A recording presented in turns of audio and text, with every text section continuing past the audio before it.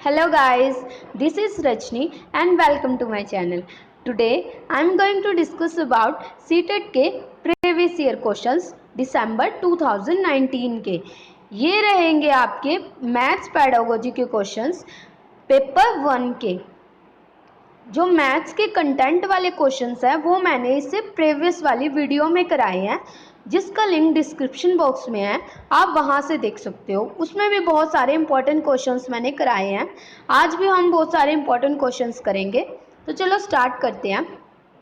First is when asked to write 44, जब कहा गया 44 लिखो। Some students of grade second के कुछ स्टूडेंट्स ने रोट इट एज 404। क्या लिख दिया? 404। लिखना था उनको 44, लेकिन लिख दिया उन्होंने 404। As a teacher how will you address this? आप एक टीचर हो, आप इस प्रॉब्लम को कैसे सॉल्व करोगे, ये पूछा है।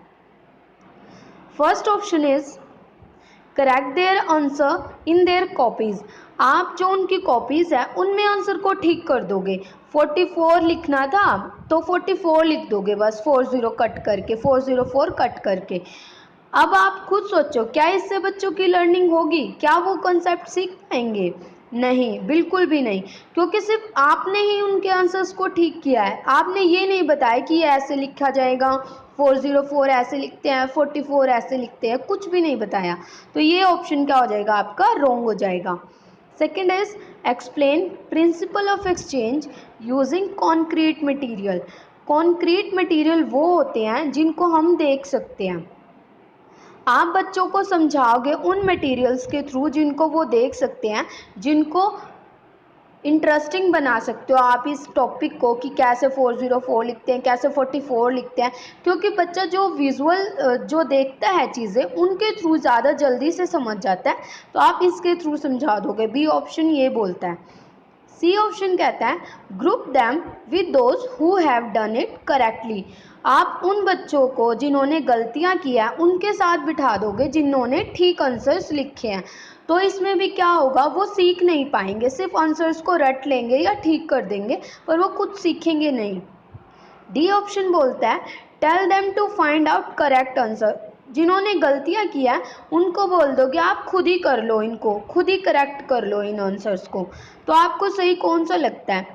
बी ऑप्शन, क्योंकि जिनमें हम कॉन्क्रीट मटेरियल के थ्रू समझाए, जिनके थ्रू वो बच्चा आसानी से समझ पाए, वो ऑप्शन के साथ हम चले जाएंगे, वो ऑप्शन हमारा ठीक हो जाएगा। तो बी ऑप्शन इसका आंसर ठीक हो जाएगा। Next is the main purpose of introducing mapping in the primary mathematics curriculum is या आर। इन्होंने बोला है अगर आप मैपिंग कंसेप्ट को अगर इंट्रोड्यूस करते हो प्राइमरी मैथमेटिक्स करिकुलम में, मतलब जो छोटे बच्चे होते हैं प्राइमरी क्लास वाले, उनके अगर बुक्स में इंट्रोड्यूस करते हो मैपिंग वाला कंसेप्ट, तो इसका मेन पर्पस क्या होगा, इसके क्या फ़ायदे हो सकते हैं? ठीक है, मैपिंग का मतलब समझते हैं पहले। मैपिंग क्या होता है? जैसे मैंने ये डॉट्स लगाए, अगर मैं इनको कनेक्ट कर दूं, जोड़ दूं, तो इससे क्या होगा? स्क्वायर बन जाएगा, मतलब कोई ना कोई शेप बन जाएगी। तो ये मैपिंग होता है। जब हम किसी डॉट्स को जोड़ जोड़ कर कुछ बनाते हैं तो उसको बोलते हैं आप मैपिंग। ठीक है, ये जैसे न्यूज़पेपर्स में भी आता है हमारा, जो कलरफुल न्यूज़पेपर्स आते हैं संडे को, उसमें भी बहुत सारे पिक्चर्स आते हैं जिसमें छोटे बच्चों के लिए बहुत सारी डायग्राम्स, एलिफेंट्स के या बर्ड्स के बहुत सारे डायग्राम्स आते हैं, उनके थ्रू बच्चे सीख सकते हैं। इससे क्या होगा? ऑप्शन ए बोलता है टू प्रमोट स्पेशल थिंकिंग। इससे क्या होगी? उनकी थिंकिंग इंक्रीज होगी, स्पेशल थिंकिंग इंक्रीज होगी। बी ऑप्शन कहता है टू प्रमोट प्रोपोर्शनल रीजनिंग। इससे क्या होगा? उनकी प्रोपोर्शनल रीजनिंग बढ़ेगी। सी ऑप्शन कहता है to make subject easy and interesting. ये सिर्फ मैपिंग का इस्तेमाल इसलिए करते हैं ताकि बस सब्जेक्ट इजी हो जाए और इंटरेस्टिंग बच जाए, बस यही है इसका यूज़। डी ऑप्शन बोलता है to break the monotony of numbers. जो नंबर्स है उनकी जो बोरिंग है या उनको ख़त्म कर दिया जाए, ये ऑप्शन ये बोलता है। अब इसका सही आंसर क्या हो जाएगा? इसका सही आंसर हो जाएगा उनकी थिंकिंग बढ़ेगी और उनकी रीजनिंग भी बढ़ेगी। जैसे मैंने ये डॉट्स लगाए हैं, ठीक है, तो वो बच्चा सोचेगा तो सही कि मैं कैसे जोड़ूं इनको, वो कुछ सोचेगा, थिंक तो करेगा ना, रीजनिंग भी बढ़ेगी। जैसे अगर मैंने इन डॉट्स को जोड़ा है तो ये स्क्वायर बना है, अगर मैं इन डॉट्स को जोड़ूं तो ये क्या बनेगा, ट्राइंगल बनेगा। मतलब कुछ ना कुछ तो इंक्रीज होगा ना, उनकी रीजनिंग बढ़ेगी, उनकी थिंकिंग पावर बढ़ेगी ना। तो इस क्या ऑप्शन हो जाएंगे आंसर आपके ए और बी। तो जो जिस ऑप्शन में ए और बी है उनके साथ हम चले जाएंगे, वो आंसर आपका ठीक हो जाएगा।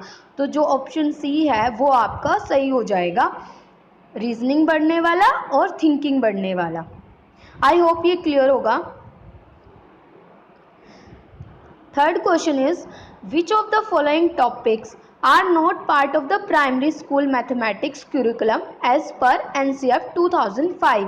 इन्होंने बोला है जो प्राइमरी स्कूल मैथमेटिक्स की बुक्स होती है, जो छोटे बच्चों की बुक्स होती है 5th क्लास तक के, उनकी बुक्स में कौन सा टॉपिक नहीं होता एनसीएफ के अकॉर्डिंग। एनसीएफ का मतलब होता है नेशनल करिकुलम फ्रेमवर्क, उसके अकॉर्डिंग कौन सा टॉपिक नहीं होता छोटे बच्चों की बुक्स में। इन्होंने ऑप्शन दिए हैं टेसिलेशन। टेसिलेशन होता है जिसमें आप बहुत सारे पिक्चर्स को इंक्लूड करके एक नई पिक्चर बनाते हो जिसमें गैप नहीं होता। जैसे आपने किसकी बना दी, रेक्टेंगल की बना दी, ट्राइंगल की बना दी, मतलब बहुत सारी पिक्चर्स को आप जोड़कर बनाते हो। सेकेंड है सिमेट्री। सिमेट्री क्या होती है, जैसे मैंने ये कुछ भी शेप बनाई है तो अगर मैं इसको डिवाइड करूँगी तो इस तरफ भी सेम आएगी, इस तरफ भी सेम आएगी, राइट साइड भी लेफ्ट साइड भी, तो ये होती है सिमेट्री। इसमें भी शेप्स आती हैं। पैटर्न्स, पैटर्न्स के थ्रू भी बच्चे समझते हैं, मतलब जिसमें छोटे बच्चों का जिसमें इंटरेस्ट बने, पिक्चर्स पैटर्न्स, वो बच्चों की बुक्स में हम इंक्लूड करते हैं जो प्राइमरी स्कूल वाले बच्चे होते हैं। डी ऑप्शन क्या कहता है, रेशो। आपको पता है रेशो निकालते वक्त आपको डिवाइड आनी चाहिए, या हमारे जो बड़ी क्लासें होती हैं उसमें स्टेटमेंट वाले क्वेश्चंस भी आते हैं, या यूनिट चेंज करने वाले भी, जैसे सेंटीमीटर से मीटर में जाएंगे, वो सभी टाइप के क्वेश्चंस आते हैं आपके रेशो में, रेशो प्रपोर्शन में। तो ये किसके लिए सही रहेगा, रेशो वाला चैप्टर किसके लिए रहेगा, 8th क्लास के बच्चों के लिए या बड़ी क्लास के बच्चों के लिए सही रहेगा। प्राइमरी स्कूल के बच्चों के लिए, प्राइमरी क्लास के बच्चों के लिए ये सही नहीं रहेगा। तो ये नोट पूछा है, तो नोट में कौन सा आंसर आ जाएगा आपका, रेशो। रेशो नहीं होगा एनसीएफ के अकॉर्डिंग। ठीक है, आई होप ये समझ आया होगा। नेक्स्ट पर बढ़ते हैं। नेक्स्ट है विच ऑफ द फॉलोइंग रिसोर्सेज या टीएलएम। टीएलएम का मतलब होता है टीचिंग लर्निंग मटेरियल, जिनके थ्रू एक टीचर पढ़ाते हैं, जैसे ग्राफ हो गया या कुछ भी आपके चार्ट्स हो गए, वो materials can be used by the teacher. कौन सा मटेरियल यूज़ करना चाहिए टीचर को to show that two rectangles, जो टू रेक्टेंगल्स है, जैसे मैंने ये टू रेक्टेंगल्स बना दिए, टू रेक्टेंगल्स हैं, इनको बताना है टीचर को कि दोनों का एरिया सेम है, एरिया सेम है पर डायमेंशन अलग अलग है। जैसे ये छोटे बड़े हैं, अगर हम इनका एरिया निकालेंगे तो सेम ही आएगा, आपको फॉर्मूला यूज़ नहीं करना इसमें। ठीक है, इन्होंने यही बोला है that two rectangles of different dimension can have same area. इन्होंने बोला है कि एक टीचर कैसे समझा सकते हैं कि एरिया सेम आएगा विदाउट यूजिंग द फॉर्मूला। आपको फॉर्मूला यूज़ नहीं करना है, किन सोर्सेज के थ्रू वो बता सकते हैं ये बताना है। स्केल के थ्रू वो बता सकते हैं बच्चों को, थ्रेड के थ्रू, थ्रेड मतलब धागा, ग्राफ पेपर, ग्राफ पेपर आपको पता ही होगा जिसमें छोटी छोटी लाइनें आती हैं, ग्रीन कलर का आता है ग्राफ, ऐसा ग्राफ के थ्रू बता सकते हैं, ये टाइल्स के थ्रू बता सकते हैं। तो क्या ऑप्शन सही रहेगा इसमें, ग्राफ पेपर और टाइल्स, इनके थ्रू बच्चा ज़्यादा जल्दी से समझ जाएगा और आसानी से भी समझ जाएगा कि दो रेक्टेंगल्स का एरिया सेम आ सकता है अगर उनका डायमेंशन भी क्या हो, अलग अलग हो। तो जिसमें बी और डी ऑप्शन होगा वो सही हो जाएगा। तो बी ऑप्शन क्या हो जाएगा आपका, करेक्ट आंसर आ जाएगा इस क्वेश्चन का। आई होप ये समझ आया होगा। स्केल और थ्रेड कम यूजफुल होंगे आपके लिए, आपको समझाने के लिए। ठीक है, next is which of the following could be contributing factor to underachievement in mathematics. Underachievement बोला है मतलब मैथमेटिक्स को सीखने में कम इफेक्ट डालेगा, मतलब कम कंट्रीब्यूट करेगा, बिल्कुल कम। ये बोला है कि मतलब मैथमेटिक्स को ना सीख पाए हम, उसमें क्या है, क्या चीज़ इंक्लूड हो सकती है कि हमें मैथमेटिक्स कम आ जाए, वो चीज़ पूछी है इसमें, ठीक है। जेंडर का मतलब है, ये कहता है कि लड़का ज़्यादा सीख सकता है या लड़की ज़्यादा सीख सकती है। हमें पता है कि ऐसा कुछ नहीं है, लड़कियां भी सीख सकती हैं मैथ्स और लड़के भी सीख सकते हैं, तो ये आंसर तो बिल्कुल गलत हो जाएगा, ये ऑप्शन तो। Second is socio cultural background. Socio cultural background बोलता है कि जैसे एक कल्चर से आता है बच्चा जहाँ पर ज़्यादा मैथ्स यूज़ होता है तो वो थोड़ा सा ज़्यादा सीख पाएगा, दूसरे से आता है जहाँ पे थोड़ा कम होता है वो थोड़ा कम समझ पाएगा, तो ये ऑप्शन ये कहता है। सी कहता है नेचर ऑफ मैथमेटिक्स, मतलब जैसे अगर आपने 8th क्लास के बच्चे हैं, अगर आपने एक ये तो नहीं करोगे ना आप कि एक बच्चे को दूसरे टाइप की बुक दे दोगे, दूसरे को दूसरे टाइप की, अगर सिलेबस ही वही होगा तो सबको तो सेम ही समझाओगे ना, तो नेचर क्या फ़र्क डालेगा, आप खुद सोचो, मैथ्स तो सबके लिए सेम ही होगा ना, तो ये ऑप्शन भी नहीं रहेगा। इनेट एबिलिटी ऑफ द पर्सन, ये बोला गया है कि उसके अंदर एबिलिटी होती है कि वो सीख सकता है मैथ्स को। जैसे अगर आपको सबको पता है, अगर मैथ्स ना भी आता हो, जो फ्रूट्स बेचने वाले या सब्जियां बेचने वाले जो पर्सन्स होते हैं, उनको अगर मैथ्स ना भी पता हो तो वो कम से कम प्लस माइनस तो करते हैं, आपको पता है पैसे देते वक्त, तो ये इनेट एबिलिटी तो होती है कि वो कोई भी सीख सकता है मैथ्स को, अगर उसको प्रॉपर गाइडेंस दी जाए तो वो और ज़्यादा अच्छा सीख सकता है, पर प्लस माइनस तो कम से कम सीख ही सकता है, तो एबिलिटी होती है हमारे अंदर कि हम सीख सकते हैं। तो जो सबसे ऑप्शन ठीक रहेगा वो रहेगा सोशो कल्चरल बैकग्राउंड, कि ये कंट्रीब्यूट कर सकता है, ये फैक्टर इफेक्ट डाल सकता है मैथमेटिक्स को सीखने में, ठीक है। अगर आप सीडीपी के क्वेश्चंस करते हो पेडागोजी के, तो क्या रहेगा आपका, ये सोशो कल्चरल बैकग्राउंड नहीं आएगा, मतलब ये ऑप्शन रहेगा वहाँ पर, लेकिन जब हम मैथ्स के क्वेश्चंस करते हैं तो इसमें ये अफेक्ट डालता है सोशो कल्चरल बैकग्राउंड, ये ध्यान में रखना, ठीक है। आई होप ये समझ आया होगा सबको। नेक्स्ट पर बढ़ते हैं। Which of the following is the most appropriate strategy, कौन सी सबसे ज़्यादा अच्छी स्ट्रैटेजी रहेगी, तकनीक कह सकते हैं इसको हिंदी में, to explain that 1/4 is less than 1/3, ये बताने में कि जो 1/4 है वो लेस है 1/3 से, ये बताना है आपको बच्चों को कि कौन सी टेक्निक के थ्रू आप समझाओगे, ठीक है। जैसे अगर मैं आपको रियल लाइफ एग्जांपल भी दूं, जैसे अगर आपको चॉकलेट्स, एक चॉकलेट है पूरी, ठीक है, उसको अगर आप 4 पार्ट करोगे तो आपको पता है ना कि आपको कम मिलेगी, अगर आप 3 पार्ट्स करते हो तब आपको ज़्यादा मिलेगी, तो आप ये उन तरीके से भी समझा सकते हो, किसी भी चीज़ के थ्रू समझा सकते हो जो कॉन्क्रीट मटीरियल हो, जिसको बच्चा देख सकता है, उनके थ्रू आप ज़्यादा अच्छे से समझा सकते हो, ठीक है। इसमें ऑप्शंस गिवन है, using LCM method, LCM method के थ्रू समझा दोगे आप, यूजिंग पेपर स्ट्रिप्स के थ्रू समझा दोगे आप, यूजिंग डेंस ब्लॉक्स के थ्रू समझा दोगे आप, यूजिंग नंबर चार्ट्स के थ्रू समझा दोगे आप। तो आप देखो इन ऑप्शंस में से कौन सा आपको ज़्यादा ठीक लगता है, तो सही होगा आपका option using paper strips. Paper strips क्या होती हैं, जैसे ये एक पूरा पेपर है, ठीक है, इसमें से अगर आप 4 पार्ट्स डिवाइड करके दिखाओगे बच्चों को कि ये 4 पार्ट्स हैं और ये जो 3 पार्ट्स मैंने डिवाइड किए हैं यहाँ 1 2 3, तो आप दिखाओगे बच्चों को कि अगर हम 4 पार्ट डिवाइड करते हैं तो कम आता है, ठीक है, और जब हम 3 पार्ट्स डिवाइड करते हैं तो ज़्यादा एरिया रहता है, मतलब ज़्यादा बड़ी संख्या कौन सी रहेगी जब हम 3 पार्ट्स में डिवाइड करेंगे। उनको सामने से भी दिखा सकते हो या पेपर स्ट्रिप्स के थ्रू उनको समझा सकते हो, इससे बच्चे क्या करेंगे, आसानी से समझ पाएंगे। तो पेपर स्ट्रिप्स वाला ऑप्शन ज़्यादा ठीक रहेगा इस क्वेश्चन का, तो बी ऑप्शन सही आ जाएगा। नेक्स्ट पर बढ़ते हैं।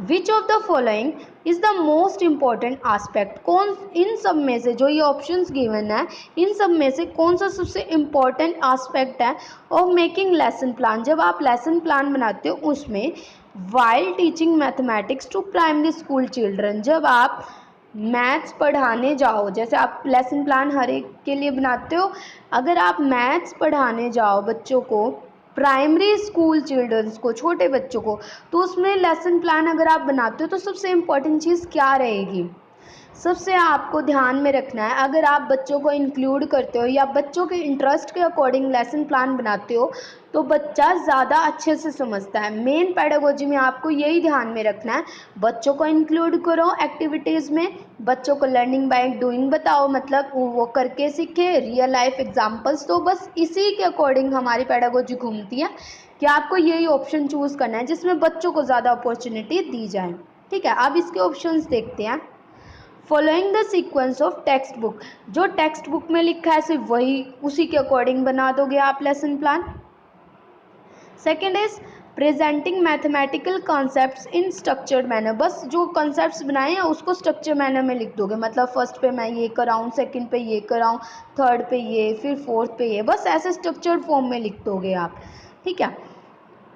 Third point is providing opportunity to students, आप स्टूडेंट्स को अपॉर्चुनिटी दोगे to allow construction of the concept. Construction की बात जहाँ भी आ जाए वो ऑप्शन आपका बहुत ज़्यादा हद तक सही रहता है कि आप बच्चों को अपॉर्चुनिटी दोगे कि वो भी करें, वो भी हेल्प करें, उनके अकॉर्डिंग आप लेसन प्लान बनाओ। तो ये ऑप्शन थोड़ा ठीक है, पर हम फोर्थ ऑप्शन को भी पहले चेक करेंगे। Writing activities and questions for the reference, सिर्फ आप क्वेश्चंस लिख दो और एक्टिविटीज़ बता दो, ये तो सही नहीं रहेगा।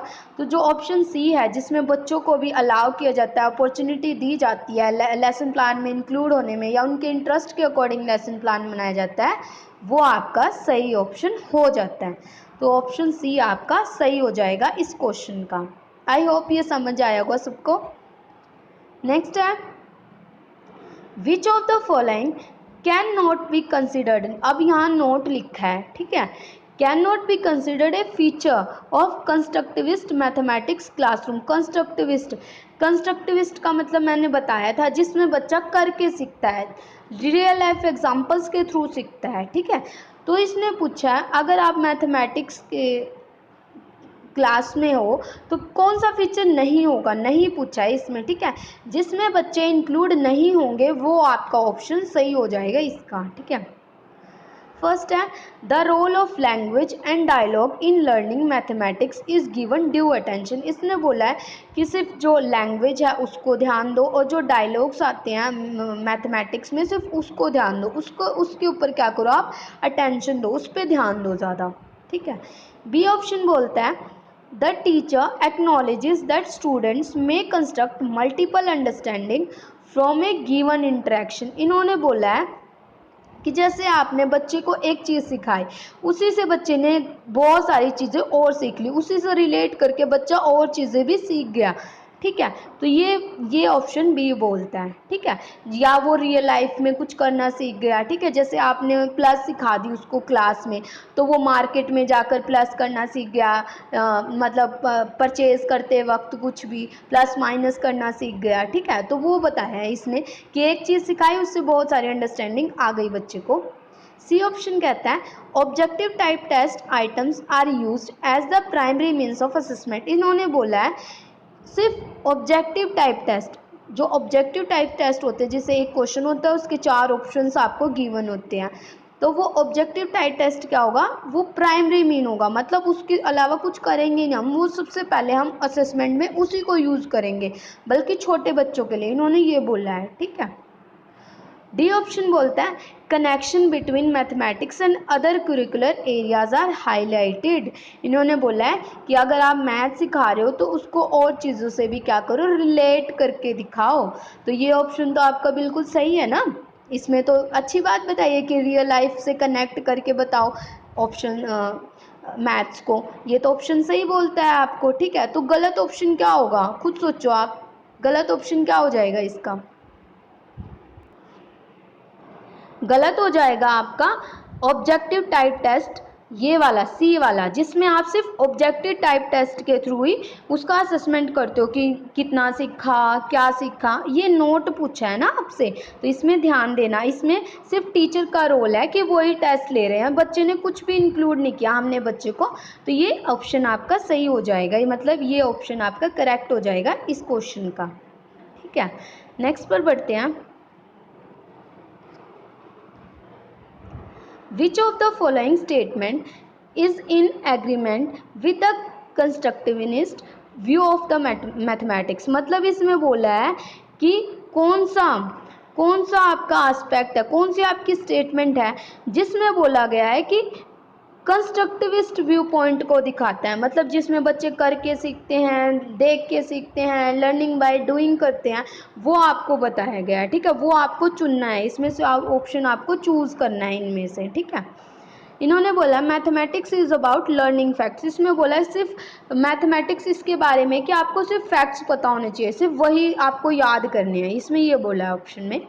बी ऑप्शन कहता है mathematicians are required to discover the truths, जो मैथ सीखते हैं ना उनको सिर्फ क्या करना होता है, उसको सिर्फ सच्चाई जाननी होती है, ट्रूथ्स जानने होते हैं, ये बोला गया है इसके अंदर।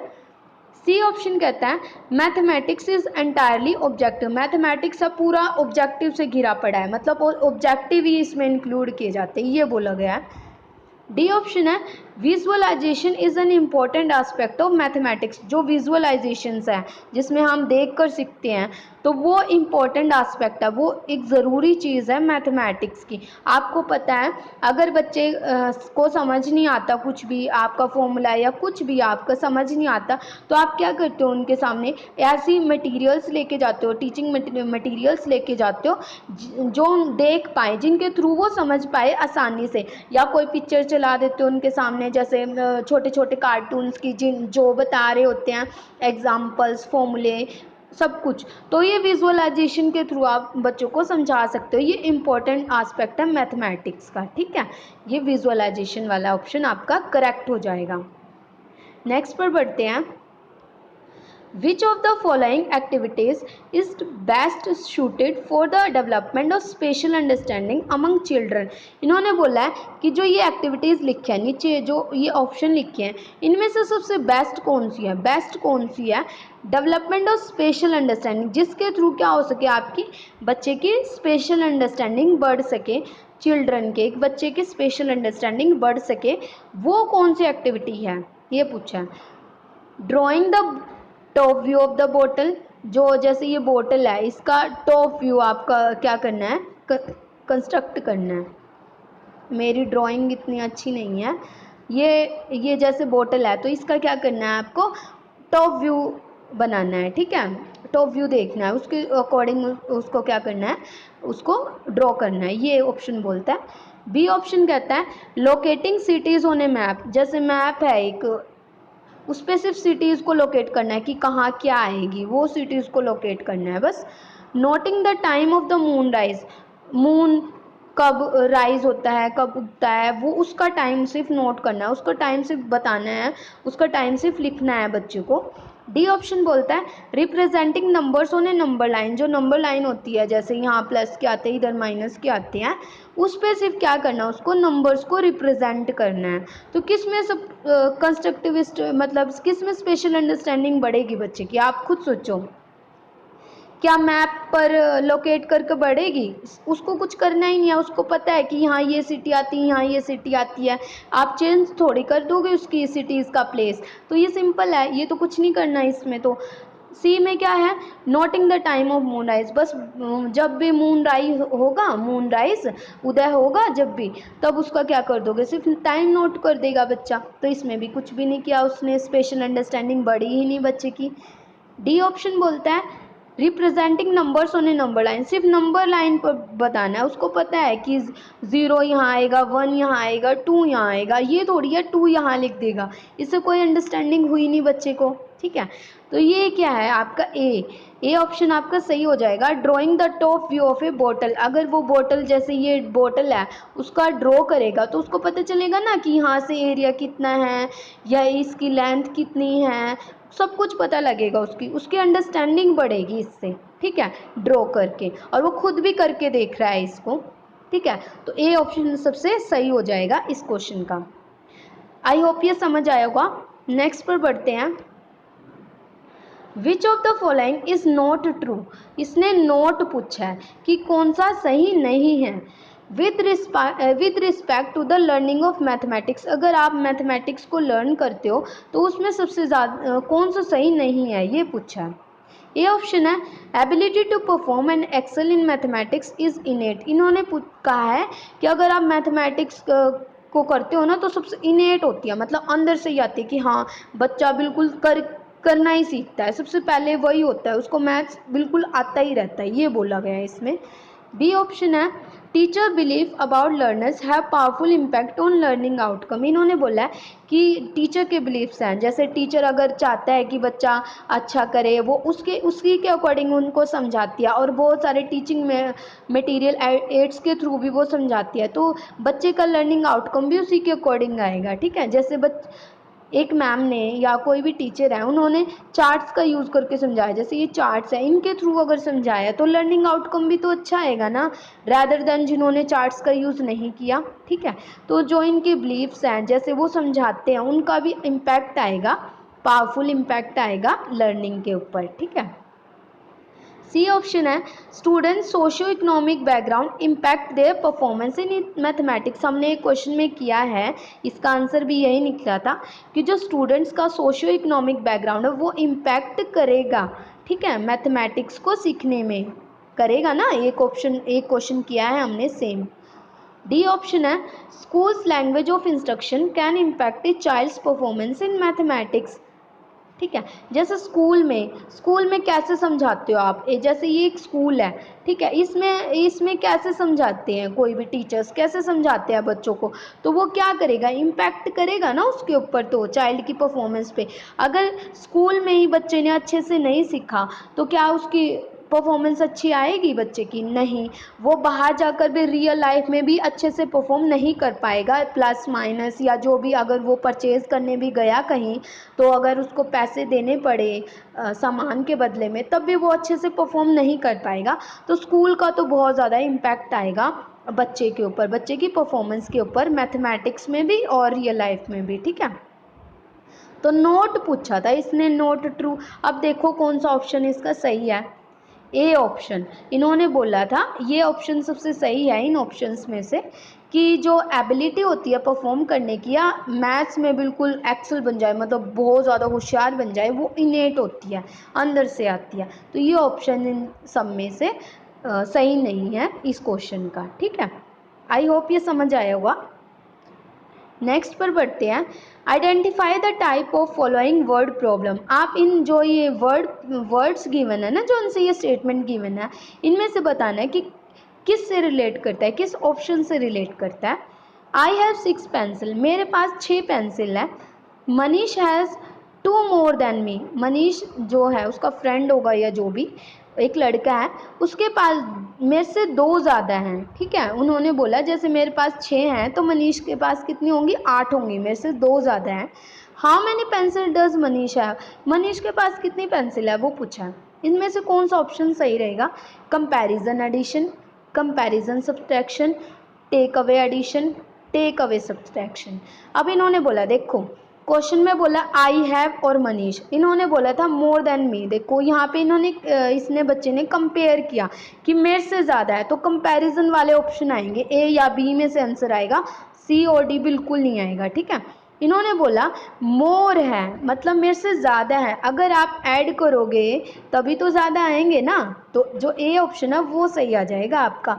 अगर इसने बोला होता क्वेश्चन में कि लेस देन मी, तो क्या आता है आपका सब्ट्रैक्शन, क्योंकि सब्ट्रैक्शन में हम क्या करते हैं, लेस करते हैं, और ऐड में हम क्या करते हैं, एडिशन में क्या करते हैं, हम मोर करते हैं, मतलब प्लस करते हैं।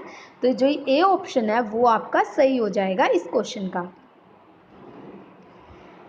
नेक्स्ट पर बढ़ते हैं, which of the following is not true, कौन सा ट्रू नहीं है of the Hindu Arabic system of numeration. Hindu Arabic system numeration के अकॉर्डिंग कौन सी चीज़ सही नहीं है? जो ये हिंदू अरेबिक सिस्टम है इसमें नंबर्स आते हैं 1 से लेकर 9 तक, और 0 मतलब 10 नंबर्स वाला सिस्टम होता है इसमें। ठीक है, ये सिंपल बात है। ए ऑप्शन कहता है the position of A digit in A number dictates it's value, जो पोजीशन होगी ना नंबर की वो वैल्यू डिसाइड करेगी। जैसे अगर मैं यहाँ पे लिख दूँ, क्या लिखूँ, जैसे यहाँ 100 लिख दिया, तो पोजीशन क्या है, वो यूनिट प्लेस, ठीक है, ones place, tens place, 100 place, ऐसे मतलब वैल्यू डिसाइड करेगी कि किस प्लेस पर है वो, किस पोजीशन पर है वो value. It is additive in nature, additive in nature होता है। It follows the base two system, इसमें बेस टू सिस्टम फॉलो किया जाता है। It is multiplicative in nature, ये मल्टीप्लिकेटिव होता है। देखो आप ना इसका कैसे कर सकते हो, एडिटिव और मल्टीप्लिकेटिव, जैसे प्लस, ये तो होते ही हैं मैथ्स में, प्लस माइनस डिवाइड या मल्टीप्लाई, ये सारे तो होते ही हैं। तो ये एडिटिव वाला और मल्टीप्लाई वाला तो आप सही रखना है इसका, ठीक है।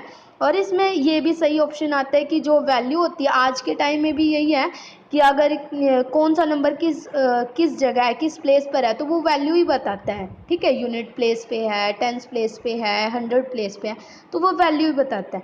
तो ये ऑप्शन आपका सी गलत हो जाएगा, ठीक है। It follows the base two system, ये बेस टू सिस्टम को फॉलो करता है, ये नॉट ट्रू है, ठीक है। तो ये ऑप्शन आपका सही हो जाएगा, सी ऑप्शन। आई होप ये समझ आया होगा। नेक्स्ट पर बढ़ते हैं। Identify A desirable practice for teaching geometry at primary level. अगर आप प्राइमरी लेवल पर छोटे बच्चों को, फर्स्ट से फिफ्थ क्लास के बच्चों को अगर आप क्या करते हो, टीच करते हो ज्योमेट्री टीच करते हो आप, तो उसका मेन क्या है, ठीक है। मेन प्रैक्टिस क्या होगी उसके लिए, डिज़ायरेबल प्रैक्टिस क्या होगी उसको टीच करने की, ये पूछा। ए ऑप्शन कहता है geometry at primary level should be limited to recognition of simple basic shapes. इन्होंने बोला है कि सिर्फ लिमिटेड हो, कि हम सिर्फ उसमें क्या बताएं, शेप्स के बारे में बताएं कि ये ट्रायंगल होता है, ये स्क्वायर होता है, ये रेक्टेंगल होता है, मतलब ऐसे शेप्स के बारे में बताओ, सिर्फ यहीं तक लिमिटेड है। इन्होंने ये बोला सिर्फ यहीं तक लिमिटेड है। ए ऑप्शन ये कहता है। बी ऑप्शन क्या कहता है, the teacher should begin by given clear definition of simple shapes. इन्होंने बोला है बी ऑप्शन ने कि सिर्फ टीचर कहाँ से स्टार्ट करे, डेफिनेशन बताने से, कि रट्टा कराओ, सिर्फ डेफिनेशन बताओ और फिर क्या बताओ, सिर्फ एग्जाम्पल शो करो। चलो एग्जाम्पल्स तो ठीक थे, पर डेफिनेशन का क्या रोल है यहाँ, सिर्फ डेफिनेशन रटवा दो बच्चे को। ये ऑप्शन बिल्कुल गलत हो जाएगा आपका, बी। सी है children should be given ample opportunity. देखो हमने ये ऑप्शन एक में भी ठीक किया था कि बच्चों को अपॉर्चुनिटी दो to develop an intuitive understanding of space. इसमें हमने बोला था कि बच्चों को अपॉर्चुनिटी दो, बच्चों को करने की, बच्चों को सीखने की, खुद से करने की अपॉर्चुनिटी दो। तो ये ऑप्शन भी ठीक लगता है, लेकिन हम फोर्थ ऑप्शन भी पढ़ेंगे पहले। Developing extensive geometric vocabulary. इन्होंने बोला है कि सिर्फ वोकेबलरी बढ़वा दो, एक्सटेंसिव बहुत ज़्यादा वोकेबलरी बढ़वा दो बच्चे की, सिर्फ शब्दकोश जो होता है वो बढ़वा दो बच्चे का, ठीक है। Need not be an objective eight primary level. इन्होंने आगे बोल दिया कि ऑब्जेक्टिव नहीं होना चाहिए प्राइमरी लेवल पर कि हम वोकेबलरी को बढ़वा दें, ठीक है। तो जो सी ऑप्शन है वो ज़्यादा सही है, क्योंकि जिसमें बच्चा करके सीखता है, लर्निंग बाय डूइंग होती है, रियल लाइफ एग्जांपल्स के थ्रू समझता है, वो आपका सही होता है। तो सी ऑप्शन क्या हो जाएगा आपका, सही हो जाएगा इस क्वेश्चन का। आई होप ये समझ आएगा। ये तो हमने एक क्वेश्चन में और भी किया था कि सी अपॉर्चुनिटीज़ दो बच्चे को करने की, ठीक है। नेक्स्ट पर बढ़ते हैं। Which of the following is an indicator of mathematical reasoning. Mathematical reasoning का कौन सा इंडिकेटर है, मतलब कौन सा बताता है कि रीजनिंग लगी है, मैथमेटिकल रीजनिंग किस में लगी है, ये बताया गया। Ability to provide definition of mathematical concept, जैसे 3 इडियट में करता है कि वो डेफिनेशन बताता है मशीन की, तो वैसे बताया गया है कि सिर्फ अगर हमें मैथ्स आ जाए तो हम सिर्फ डेफिनेशन बता पाएंगे, ये बोला गया है ए ऑप्शन में। बी ऑप्शन कहता है ability to provide a justification for a mathematical procedure. इन्होंने बोला है कि जैसे अगर आप प्लस माइनस भी करते हो या नेक्स्ट स्टेप पे भी बढ़ते हो तो उसका जस्टिफिकेशन दो कि ये क्यों हुआ। जैसे अगर इधर कोई भी स्टेटमेंट है 2 और इधर है 3, तो अगर आप एक तरफ भी लेकर जाते हो, मतलब राइट साइड अगर किसी स्टेटमेंट को लेकर जाते हो तो वो क्यों है ये बताना, जस्टिफाई करना पूरा। सी ऑप्शन क्या कहता है एबिलिटी टू कैलकुलेट एफिशिएंटली, मतलब सिर्फ हमें कैलकुलेशन आ जाए, सिर्फ हम प्लस माइनस करना सीख जाए, मल्टीप्लाई करना सीख जाए, हमें पता ना हो कि ये कैसे किया क्यों किया, सिर्फ ये सीख जाए, हम कैलकुलेट करना सीख जाए, ठीक है। डी ऑप्शन कहता है ability to recall the correct formulae, सिर्फ हम इसमें क्या करें, करेक्ट फॉर्मूले सीख जाएं। सिर्फ हमें ये याद हो कि फॉर्मूला क्या था, प्लस का क्या, उसका पाइथागोरस फॉर्म का मतलब थ्योरम का क्या फॉर्मूला है, मतलब अलग अलग फॉर्मूले सीख जाएं हम, बस फॉर्मूले सीख जाएं तो क्या होगा, किस में रीजनिंग लगेगी आपके अकॉर्डिंग। जो बी ऑप्शन है जिसमें हम प्रोसीजर बताते हैं कि इसके बाद ये आएगा, इसके बाद ये आएगा, हम सोचेंगे ना ये क्यों किया हमने, अगर हम प्लस कर रहे हैं क्यों कर रहे हैं, हम डिवाइड कर रहे हैं स्टेप के बाद क्यों, तो क्यों कर रहे हैं, इसमें हमारी रीजनिंग लग रही है। ठीक है, तो जो बी ऑप्शन है वो आपका करेक्ट हो जाएगा। यही थे आज के क्वेश्चंस, 15 क्वेश्चन हमने आज किए हैं। आई होप इस लेसन से आपकी हेल्प हुई होगी और आप सीटेट को क्लियर कर पाओगे। Thank you so much for watching.